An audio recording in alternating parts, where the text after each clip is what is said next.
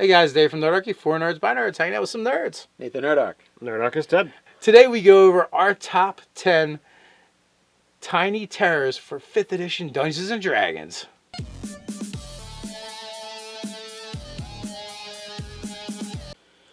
Jump down to the description below where you can sign up for Nerdarchy, the newsletter, get weekly gaming tips, as well as learn how to game with Nerdarchy. Alright, tiny terrors. We came up with a list. We're going to run through them. We're going to tell you why we think they're terrible. It isn't always because of their CR or how powerful they are, but there's something about them that just makes us want to put them on the list. So we're going to go from our least terrifying to most terrifying. All right. So we're going to kick it off with Magmin and Mephits. We're just going to group those guys together. They're kind of elemental. And the other thing is they have the same kind of ability that makes them kind of terrifying. So regardless of what they can do while they're alive, they explode when you kill them. So that means you have won, and yet you're still now taking damage. And possibly be killed. So exploding death is terrifying. Yes. Next on our list we have chokers, and they've got several things going for them. They're aberrations, they've got creepy, nasty fangs, and they've got these noodly tentacle arms with terrible choking claws on them. No, they're small with a 10-foot reach, dude. Yeah, that's the game mechanic part of what I just described, of course. They've got when it comes to creep factor, they've got it. They're almost like the promotional blow-up guys, but creepier. So number 3 is one of my favorites, and that is the Quickling. They're fast and they're furious. These guys have a movement rate of 120 feet. They can run in, hit you 3 times, and run out before you even know what's happened. And as you mentioned earlier, they can stealth at 60, right? So, yeah. Half your movement you can stealth, so they can do it at 60 feet around, which is crazy. And unless they're unconscious or somehow immobile, all your attacks have disadvantage against them. So they could do a hit-and-run tactic.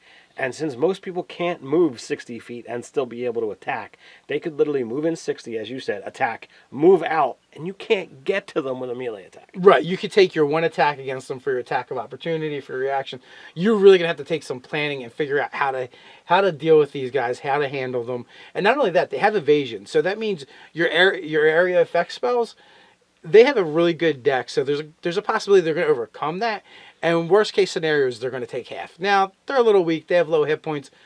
But for the beginning of the fight, I think you could really freak out your party. And if they have a lot of melee fighters, it's going to be a problem. Absolutely. So number 4 is the Flameskull. Now, what's more terrifying than a skull that's on fire that is able to throw spells and fly around? Essentially, it's death from above. If you don't have ranged attacks, you're not getting to these guys. They have regular attacks that are ranged. In addition to that, they have a handful of spells they can whip out on you as well. Nothing like, magic missile and fireball to, pepper them players with. Yeah, fireball tickles a little bit. So that brings us to number 5. Oh, yeah, Will-O-Wisp. Now, Will-O-Wisp, they're really kind of squishable when it comes to hit points compared to some of these on the list, but their real terror factor is you're dead. Like the idea that they can force you when you're knocked down at 0 hit points, they can force you to make a DC save, and you might just be outright dead if you fail to save, and they'll gain hit points back from it. Yeah, and they have a super high dex, high armor class. They have the ability to turn invisible. They're very deceptive. They're kind of a sneaky monster.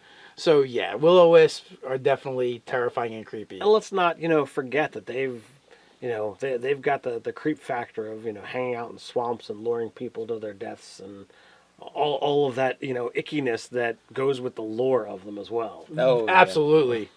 Yeah. So number 6 is the Korred. And this is out of Volo's guide. And I think a lot of people might not be familiar with these guys. They're small, fey creatures that actually have like a 23 strength and all kinds of powers over stone. Not only stone, but hair, too. They have like the weird ability to strangle you with these hair ropes they make. So these guys, they're small and just packed with power. So if they're actually on the ground, they actually add extra dice because they're in connection with the earth. as well as having the ability to summon different elemental creatures. Oh, like Zorns and stuff. Zorns and Galebdors and Gargoyles and Earth Elementals, small things. Yeah, and not only that, though, they literally fight with a great club. So you're really going to come across this guy sitting next to a log, essentially, and he comes up to about your waist, and then he picks up the log and hits you with it. So I think you're not going to be expecting that, and that's going to throw your players off a little bit. That could be a bit terrifying. So number 7. Number 7, we have Cranium Rats. And they're really insidious because of all the things that they can do and avoid detection of what they truly are. Yeah, so we're like the Korred and some of the other monsters. They could show up in a community, and you're like, oh, we got a problem. We got to band together. We got to deal with this, and they could probably drive it off. The problem with Cranium Rats is you probably won't know they're there until it's too late, and they've overrun your community, and they've taken over. So the fact that they can be a swarm and be able to disband and run around and be individual rats, they can form together, become a person. They have all kinds of psionic abilities. As Nate says, you're able to avoid detection from anything that would be a divination spell, sense emotions, read thoughts. They're just immune to it. And they're geniuses when they come together collectively. Yes. So the hive mind part of them is terrifying. So that brings us to, this one is probably one of my top picks. Number 8, the Vogel. I'm probably saying it around, but here's the deal. When you get killed by one of those guys, it is a bad way to go. These guys are basically these fiendish looking heads that have wings on them, and they fly around trying to kiss you and stuff, right? And if they kiss you, they curse you if you fail your saving throw. Every hour you're not in direct sunlight or the daylight spell, your charisma goes down by 1. If you get to 2, mind you, it's a charisma save, hard to make for a lot of people, and charisma is also the dump stat, a favorite dump stat that I've seen in games, right? But so that's an 8. So if 6 hours later you're at a 2, well, guess what happens? Your head becomes very fiendish looking, sprouts wings, and pops off your body, and you're just dead. No. It literally says it rips off of your body. Well, yeah, there's that. I think there's a different air of description between pop and rip when it comes to your neck. I want to introduce these guys into my game where the players come across maybe one or more people that have been cursed by these things, and they're just really sick. Oh, see the heads rip off? Yeah, and they come across them close to the final stages, and they tell them this horrible thing that happened to them, and we don't know what's wrong. And all of a sudden you hear the rip, and the heads start flying around, and then the party has to deal with it. That would be terrifying. Oh, and then they try and do the exact same thing they described happening to them. Yeah, to the PC. Oh, yeah. That's terrible. So that brings us to number 9. I believe this is Nate's favorite. Of course. Intellect Devourers. Tiny little brains with feet running around. And they've got, just that alone, that aberrant quality to them is creepy. But they love you for your mind. And this is where it gets really nasty, is they have this ability to blast you with psychic power. And if you fail that save, they roll some dice, and if their dice exceed your intelligence is now 0. So guess how many more intelligence saves you're going to be passing with that psionic damage? Not much. You're also stunned, and that's how they get you. Because then they can basically pop your brain out, it disappears. I'm going to say they just eat it, because it doesn't really say exactly. Well, but they're called Intellect Devourers. Yeah. To me, that makes it's right in the name. They're definitely eating it. So boom, they're in there, tuck their little feet in, and they're walking around your body, doing whatever the heck they feel like. They get all snuggly in that little skull of yours. Turtle, but instead of a shell, they're using you. Yeah, like a hermit crab, psychic hermit crabs of doom.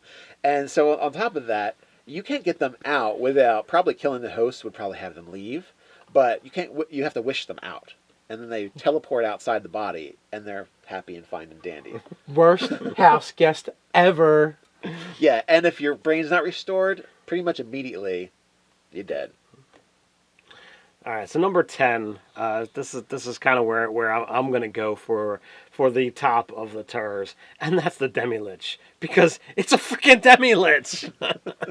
I mean, come on. They might not have all of the spellcasting abilities of that nice solid body that they used to have, but it's a floating skull that is possessed with loads of power and is basically immortal. I kind of find the Demilich more creepy than the Lich because it's literally like a Lich's ghost is essentially what gets left behind. It gets even more undead than the undead originally was. It's like, I don't want to bother with having to constantly be killing people and devouring their souls.